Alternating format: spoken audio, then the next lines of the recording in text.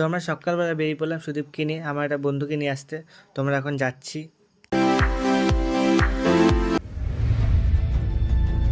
এখন সন্ধ্যা হয়ে গেছে, আমরা ক্লাবে চলে আসলাম সেজেগুজে।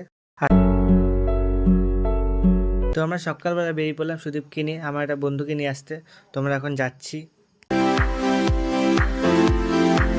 আমরা হাঁটতে হাঁটতে আমাদের নবজোয়ান স্পোর্টিং ক্লাবে চলে আসলাম, আর সুদীপ একটু হাই করে দিল।